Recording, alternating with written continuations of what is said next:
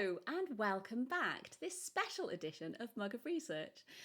Today, this Mug of Research is going to be talking about how to achieve influence with government and thereby achieve policy change or policy impact. Now, I'm going to be drawing on my research with senior policy actors within the third sector or people who work with the third sector to share with you some of the extraordinary sophisticated array of policy influencing activities that are taking place here in Wales. Now, there are a number of reasons why the third sector have been able to develop this set of activities, and one of those is that it's actually written into the legislation that set up Welsh Government that there would be a collaboration between the third sector and government. And as a result, over the last 25 years, these kind of mechanisms have been developed, and so have the activities that the third sector use in order to try and achieve change.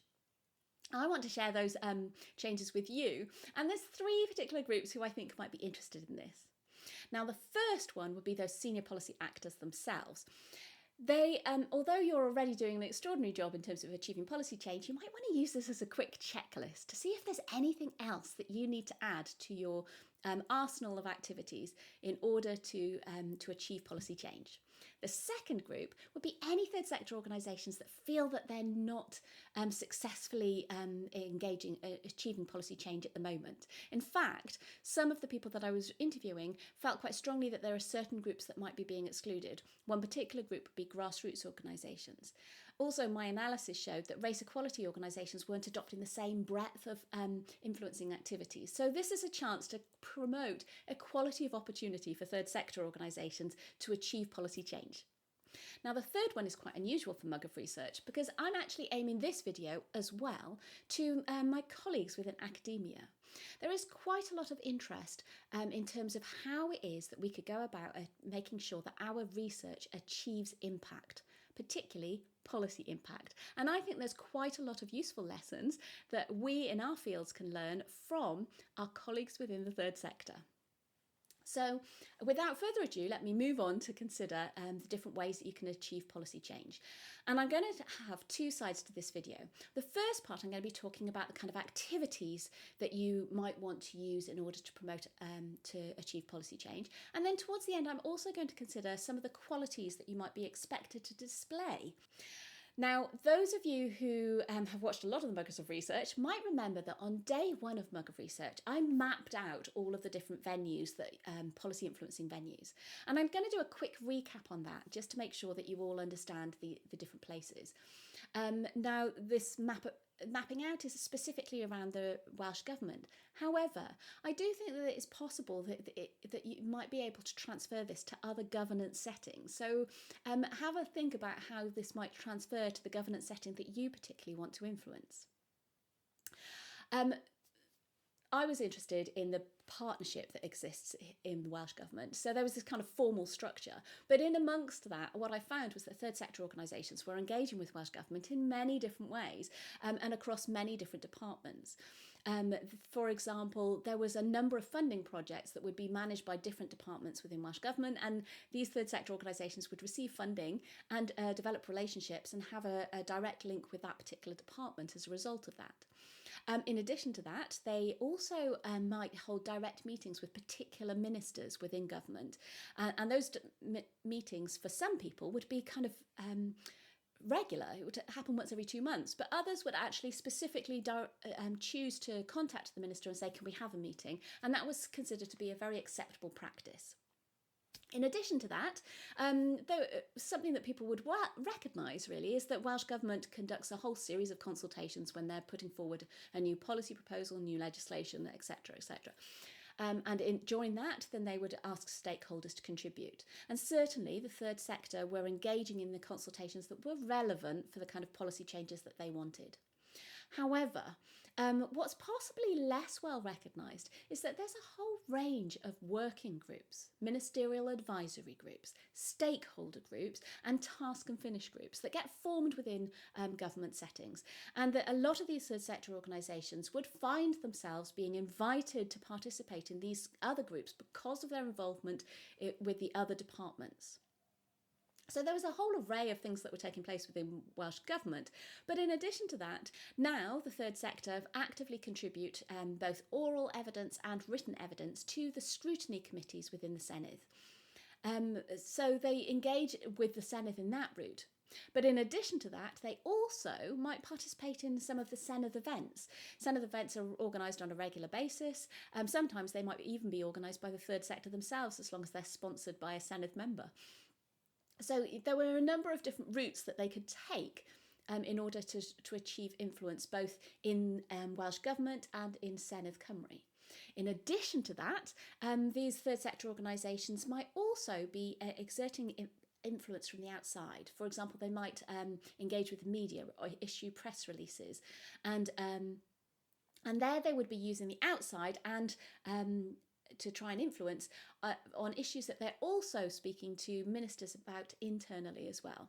And this really challenged this kind of notion of the insider-outsider organisations, because what we saw was actually the third sector organisations were engaging with across multiple different venues across these different areas.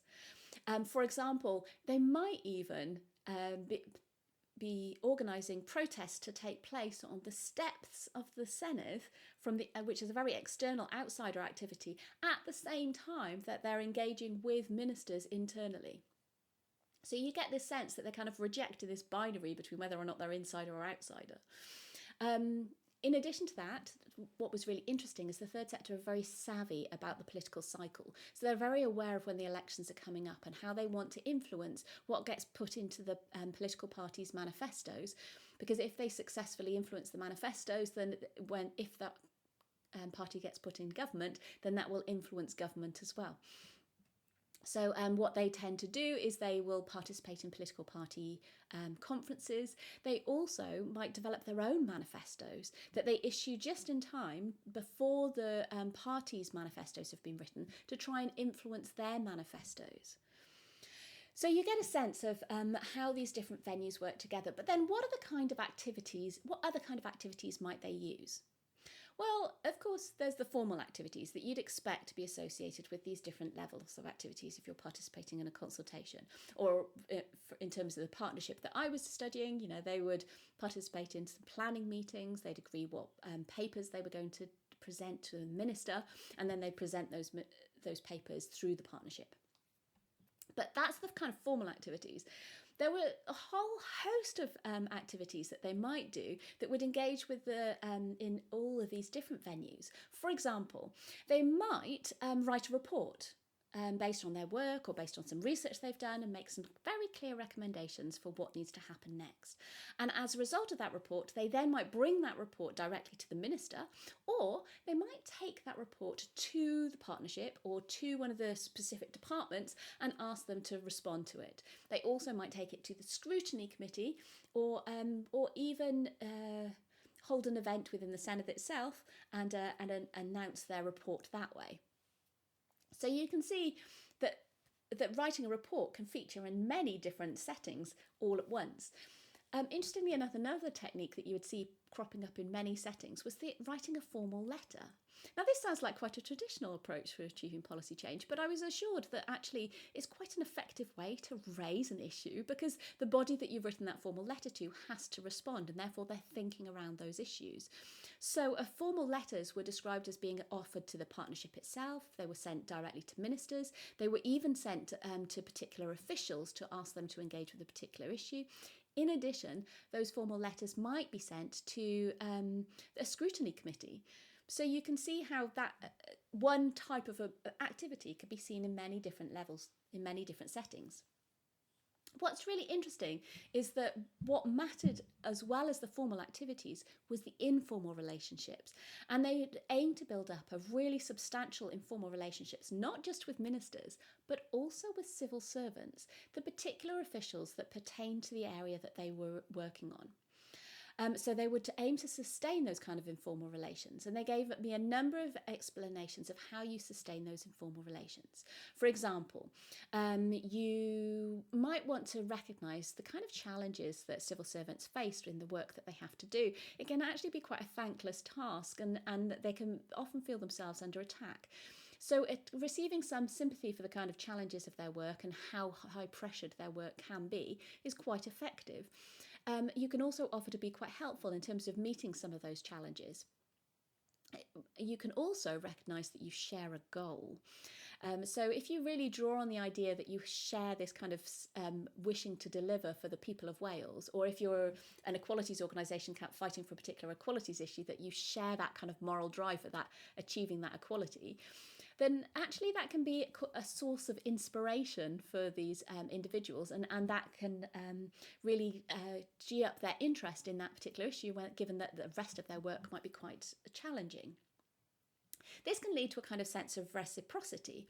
So you might invite the particular official to come to an event that you're holding in your own third sector organisation, where you can give some recognition of their contribution that their work makes to what you do, or the kind of support that they've given you if they were funders. You also might ask for their advice if you're producing a report yourself. But what's useful and crucial is that actually when the government is producing reports, those officials might come to you to ask your advice of what needs to be included in. And then the third sector are actively writing sections of the document that belongs to government. So that's quite an effective way.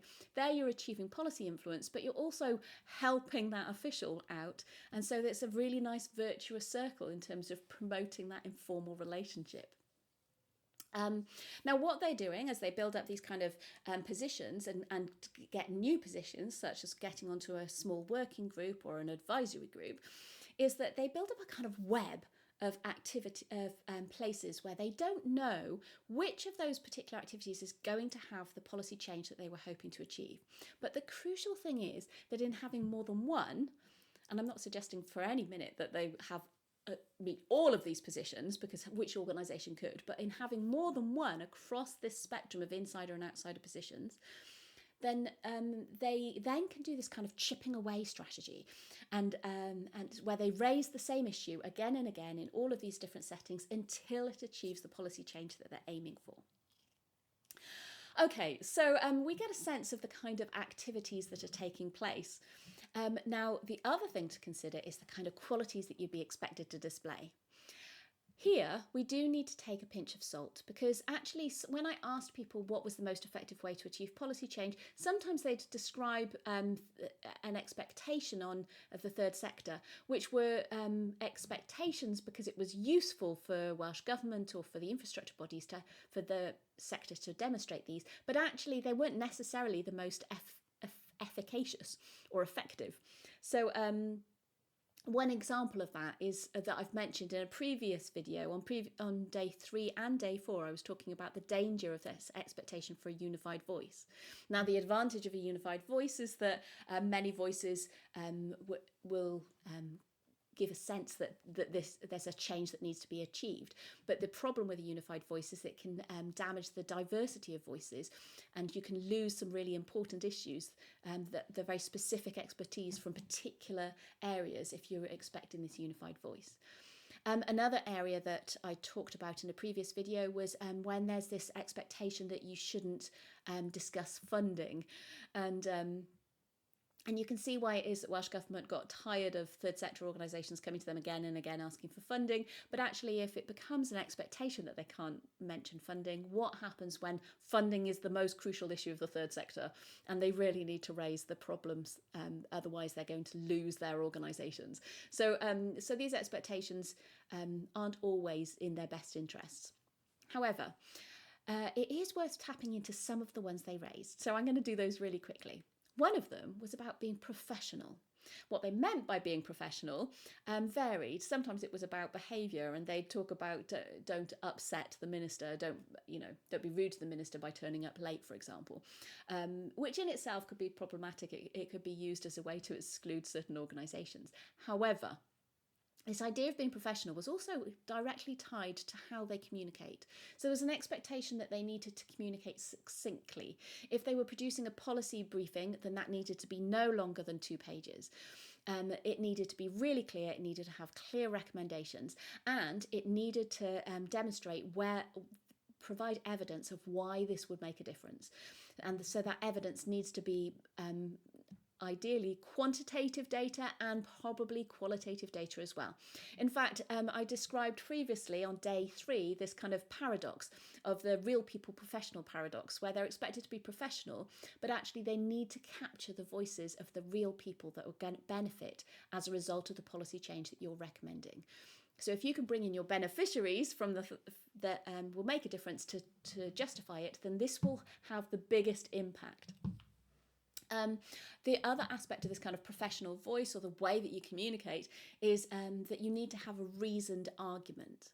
Now, again, this could be used to exclude certain groups, and there was some concern that if you expected to have this kind of neutral voice that presents things very succinctly and medically and give only your evidence in a scientific way, then actually you might be excluding the breadth of voices that might be out there, particularly in terms of race equality voices. And so there was some concern about that. However, it is an expectation.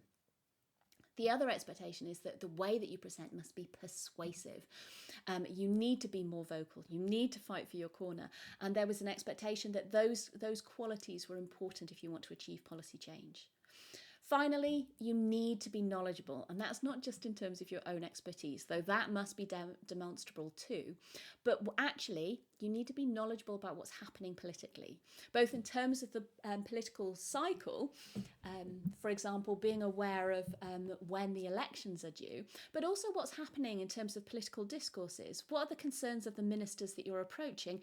What's being discussed in the Senedd? So actually being politically astute in terms of the relationships with different politicians is a really important part of it. Okay, so my time is up, but I want to recap on the key advice that I would give you if you want to achieve policy influence. 1, position yourself in multiple places. 2, chip away, make the same policy recommendations in each of these different settings. 3, nurture those informal relations, not just with politicians, but also with civil servants. And 4, when you communicate, be succinct, give clear evidence or demonstrate that your recommendations are evidence-based, be persuasive, and of course, understand the politics. So I hope that this is going to be useful for all 3 of those groups that this video is aimed at. In the meanwhile, I want to announce that I'm going to be doing a whole new series of Mug of Research, which is going to be called Aberystwyth Dialogues. And in these Mugs of Research, you'll get to meet other researchers and find out what their research is and how that might impact on your work. Thanks very much for listening. Bye for now.